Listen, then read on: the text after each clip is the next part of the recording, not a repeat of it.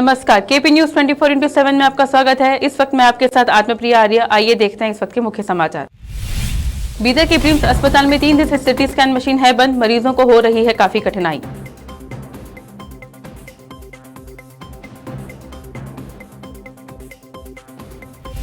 धर्म सिंह फाउंडेशन ने बसवा कल्याण सरकारी अस्पताल को 2 एम्बुलेंस किया दान, तहसीलदार ने किया उद्घाटन।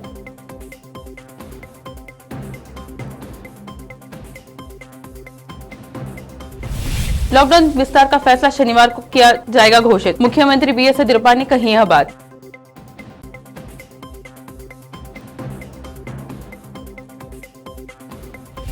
ब्लैक फंगस नई चुनौती, हमें तैयार रहना चाहिए, स्वास्थ्य कर्मियों से बातचीत के दौरान प्रधानमंत्री नरेंद्र मोदी ने कही यह बात।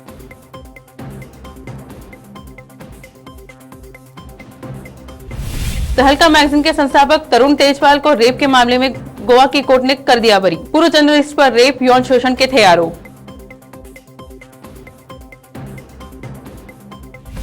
कोरोना काल में अनाथ हुए बच्चों के लिए पंजाब सरकार ने की मदद की घोषणा, हर माह दिया जाएगा 1500 रुपए पेंशन।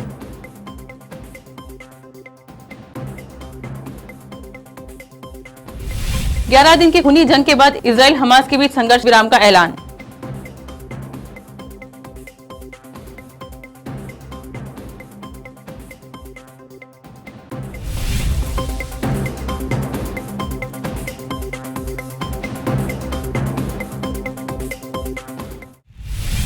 अब समाचार विस्तार से। बीदर के ब्रिम्स अस्पताल में 3 दिन से सिटी स्कैन मशीन बंद है। इस कारण मरीजों को काफी कठिनाई हो रही है और उन्हें बाहर जाकर सिटी स्कैन करवाना पड़ रहा है, जहां पर बहुत ज्यादा खर्च आ रहा है। मरीजों के परिजनों को वह खर्च बर्दाश्त करना मुश्किल है। कोरोना महामारी के इस संकट में इस तरह की परेशानियां चिंताजनक है। केपी न्यूज के संवाददाता असलम खान को इस बात की सूचना मिलने पर उन्होंने ब्रिम्स अस्पताल पहुंचकर अस्पताल के सुप्रिंटेंडेंट से बात की। सुप्रिंटेंडेंट ने इस संबंध में बताया कि सिटी स्कैन को रिपेयर करने के लिए मुंबई से आदमी आता है, 1-2 दिन में यह मशीन रिपेयर हो जाएगी। उन्होंने बताया कि 20 दिन के अंदर नई सिटी स्कैन मशीन आ जाएगी। बीदर जिले के बसवा कल्याण में पूर्व मुख्यमंत्री धर्म सिंह के नाम पर बनाई गई संगठन धर्म सिंह फाउंडेशन ने कोरोना और अन्य बीमारियों से पीड़ित रोगियों के परिवहन और आपातकालीन सेवाओं के लिए बसवा कल्याण सरकारी अस्पताल को 2 एम्बुलेंस दान की। एम्बुलेंस का उद्घाटन बसवा कल्याण की तहसीलदार सावित्री ने किया। धर्म सिंह फाउंडेशन ने प्रभारी विधान परिषद के सदस्य विजय सिंह ने ये दोनों एम्बुलेंस बसवा कल्याण के लोगों को उपहार में दी है, ताकि मौजूदा हालात में दोनों एम्बुलेंस लोगों के काम आ सके। मुख्यमंत्री बीएस येदियुरप्पा ने कहा कि कोरोना लॉकडाउन 3 दिनों में पूरा किया जाएगा और कल लॉकडाउन के विस्तार पर निर्णय की घोषणा की जाएगी। उन्होंने मीडिया से बात करते हुए कहा कि आज शाम मंत्रियों की बैठक बुलाई है, शाम को लॉकडाउन बढ़ाने पर चर्चा होगी। उन्होंने कहा, हम लॉकडाउन के लिए जिम्मेदार मंत्रियों और वरिष्ठ अधिकारियों की राय लेंगे और फिर कल विस्तार पर फैसला करेंगे। प्रधानमंत्री पहले ही जिला अधिकारियों की बैठक बुला चुके हैं।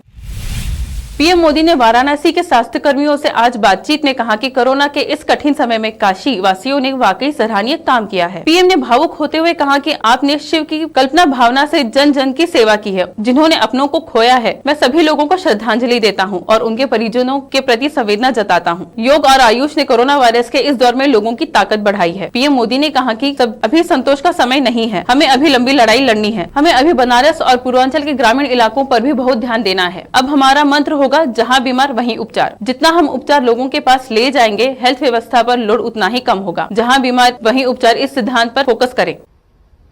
मैं काशी का एक सेवक होने के नाते हर एक काशीवासी का हृदय से बहुत बहुत धन्यवाद देता हूं। विशेष रूप से हमारे डॉक्टर्स ने, नर्सेस ने, technicians, ward boys, ambulance drivers, आप सभी ने जो काम किया है वो वाकई सराहनीय है। हालांकि ये महामारी इतनी बड़ी है कि आप सबके इस कठिन परिश्रम और असीम प्रयासों के बावजूद भी हम अपने परिवार के कई सदस्यों को नहीं बचा पाए। इस वायरस ने हमारे कई अपनों को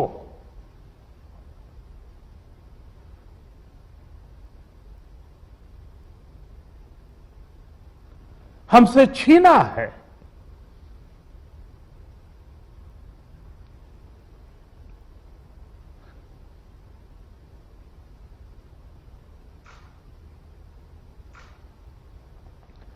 मैं उन सभी लोगों को तहलका पत्रिका के संस्थापक तरुण तेजपाल को गोवा की एक अदालत ने बलात्कार के आरोप से बरी कर दिया है। जमानत पर बाहर चल रहे तेजपाल पर 2013 में गोवा के एक 5 स्टार रिजॉर्ट में एक सम्मेलन के दौरान एक जूनियर सहयोगी का यौन उत्पीड़न करने का आरोप लगा था। 2017 में कोर्ट ने पूर्व जर्नलिस्ट पर रेप, यौन शोषण और गलत तरीके से रोक लगाने के आरोप तय किए थे। तरुण तेजपाल ने इन आरोपों को सुप्रीम कोर्ट में चुनौती दी थी। सुप्रीम कोर्ट ने आदेश दिया था कि 6 माह के भीतर इस केस का निपटारा किया जाए। पंजाब सरकार ने कोविड महामारी के दौरान अनाथ हुए बच्चों और महामारी में कमाऊ सदस्य खोने वाले परिवारों को 1500 रुपए महीने सामाजिक सुरक्षा पेंशन तथा स्नातक तक निःशुल्क शिक्षा देने का बृहस्पतिवार को फैसला किया। एक सरकारी बयान के मुताबिक मुख्यमंत्री अमरिंदर सिंह ने कहा कि उनकी सरकार ऐसे बच्चों के साथ साथ उन परिवारों के बच्चों के लिए सरकारी संस्थानों में निःशुल्क शिक्षा सुनिश्चित करेगी जिन्होंने कोविड की वजह से कमाऊ सदस्य को खो दिया है। उन्होंने कहा कि ऐसे बच्चों का पालक बनना राज्य का कर्तव्य है जिन्होंने अपने माता पिता दोनों को कोविड-19 महामारी में खो दिया है। उत्तर प्रदेश की राजधानी लखनऊ में यूपी सरकार की सोशल मीडिया देखने वाले एक निजी कंपनी के कर्मचारी पार्थ श्रीवास्तव ने बुधवार को पंखे से लटककर जान दे दी। इंदिरा नगर थाने के इंस्पेक्टर अजय प्रकाश त्रिपाठी ने बताया कि परिजन खुद पार्थ को फंदे से उतारकर लोहिया अस्पताल ले गए थे, जहां डॉक्टरों ने उन्हें मृत घोषित कर दिया। इसके बाद परिजनों ने इसकी सूचना थाने को दी। सूचना पर पंचायतनामा भरवा कर शव का पोस्टमार्टम करवाया गया। इंस्पेक्टर के मुताबिक अभी परिवार की ओर से आत्महत्या को लेकर कोई तहरीर नहीं मिली है। पार्थ की बहन ने बताया कि उसे पार्थ के एक दोस्त ने बुधवार सुबह उनके आत्महत्या का ट्वीट देखकर फोन किया। इसके बाद पार्थ का कमरा खोलकर देखा गया तो वह फंदे के सहारे पंखे से लटक रहे थे। सोशल मीडिया में पार्थ का वह ट्वीट भी वायरल हो रहा है जिसमें उन्होंने अपना सुसाइड नोट पोस्ट कर लिखा है कि मेरी आत्महत्या एक कत्ल है।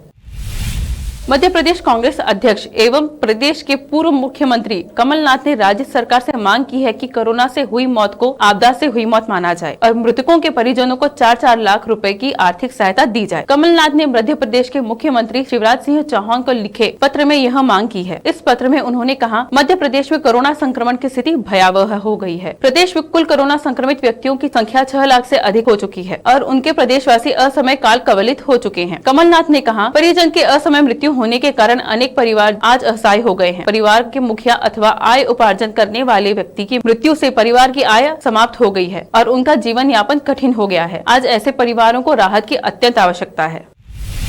वैक्सीन के मसले पर अमेरिका और अमेरिकी कंपनियों से चर्चा के लिए विदेश मंत्री एस जयशंकर अमेरिका का दौरा करेंगे। विदेश मंत्रालय ने इस बाबत जानकारी दी है कि विदेश मंत्री एस जयशंकर 24 से 28 मई तक अमेरिका का दौरा करेंगे। विदेश मंत्रालय ने कहा कि अमेरिकी विदेश मंत्री और संयुक्त राष्ट्र महासचिव एंटोनियो गुटेरेस से चर्चा करेंगे। विदेश मंत्रालय के मुताबिक विदेश मंत्री इस यात्रा के दौरान भारत और अमेरिका के बीच कोरोना पर सहयोग के लिए बिजनेस फोरम पर चर्चा भी करेंगे।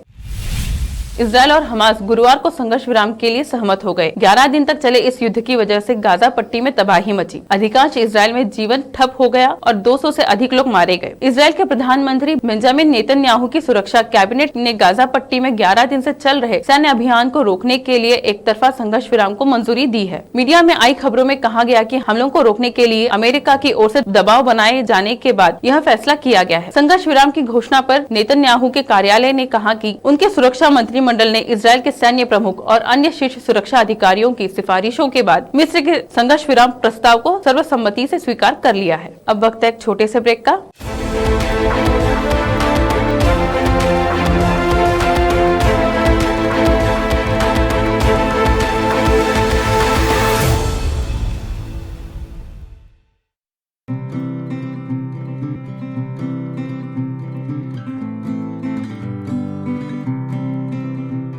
केपी चैनल के निर्देशक और नूर शिक्षण संस्थान के अध्यक्ष मोहम्मद अयाज खान ने एक बार फिर आगे आकर जरूरतमंदों की तरफ मदद का हाथ बढ़ाया। राज्य में अप्रैल माह से लॉकडाउन की स्थिति बनते हुए अब जब संपूर्ण लॉकडाउन किया गया है, ऐसे में रोज काम करने वालों का रोजगार छिन जाने या अन्य कामकाज बंद रहने से परेशान चल रहे लोगों को अयाज खान ने अपनी ओर से मुफ्त राशन किट वितरण किया। अयाज खान मुसीबत के समय लोगों की मदद के लिए आगे आए हैं। वह हमेशा लोगों के कठिन समय में उनकी किसी न किसी प्रकार से बिना किसी भेदभाव से मदद करते आए हैं। बीदर में लॉकडाउन के शुरू होते ही उन्होंने लोगों को संकट का सामना न करना पड़े इसलिए राशन किट वितरण किया। शहर में विभिन्न क्षेत्रों में राशन किट वितरण कर रहे हैं। इसके अलावा खान साहब के कॉलेज तक पहुँचे जरूरतमंद लोगों को भी किट दिया जा रहा है। अयाज खान का कहना है कि लॉकडाउन के कारण लोगों में परेशानी और डर है। ऐसे में लोगों का कामकाज बंद रहने से कठिनाई का सामना कर रहे लोगों को परेशानी न हो, इसलिए सभी धर्मों के लोगों को यह राशन किट बांटे जा रहे हैं। ब्रेक के बाद आपका फिर से स्वागत है। आइए देखते हैं आगे के समाचार।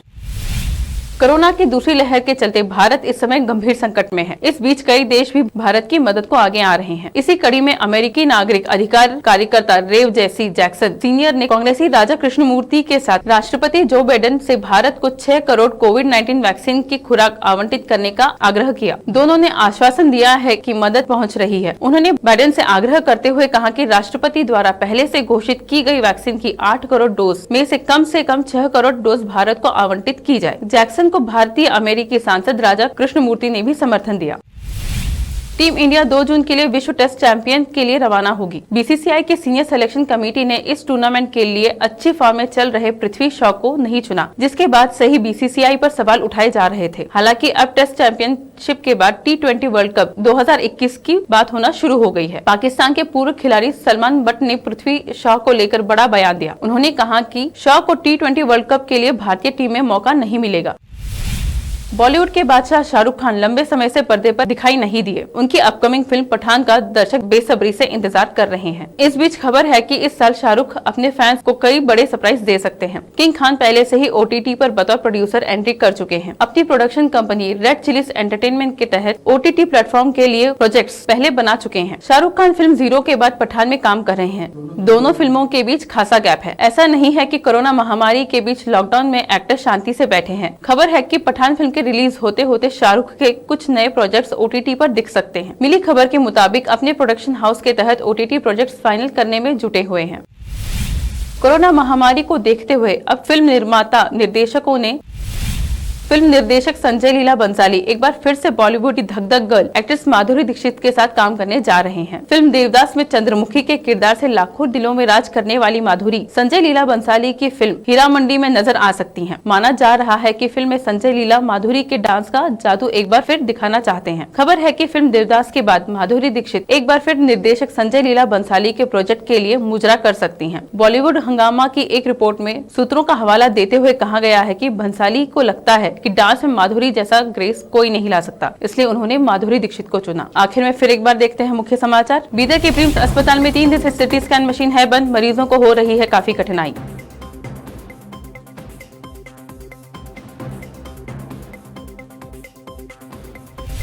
धर्म सिंह फाउंडेशन ने बसव कल्याण सरकारी अस्पताल को 2 एम्बुलेंस किया दान। तहसीलदार ने किया उद्घाटन।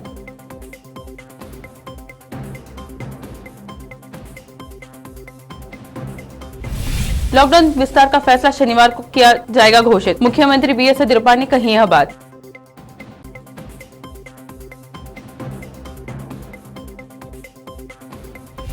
ब्लैक फंगस नई चुनौती, हमें तैयार रहना चाहिए। स्वास्थ्य कर्मियों से बातचीत के दौरान प्रधानमंत्री नरेंद्र मोदी ने कही यह बात।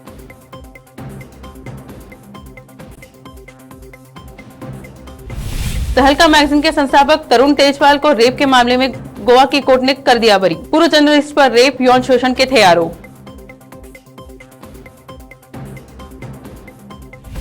कोरोना काल में अनाथ हुए बच्चों के लिए पंजाब सरकार ने की मदद की घोषणा। हर माह दिया जाएगा 1500 रुपए पेंशन।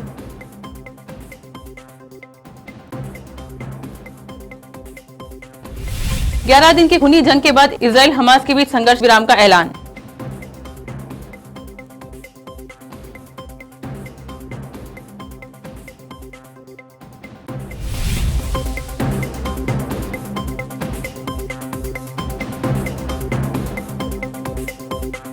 KP न्यूज में फिलहाल इतना ही। देश प्रदेश के समाचारों के लिए देखते रहिए KP न्यूज 24/7। धन्यवाद।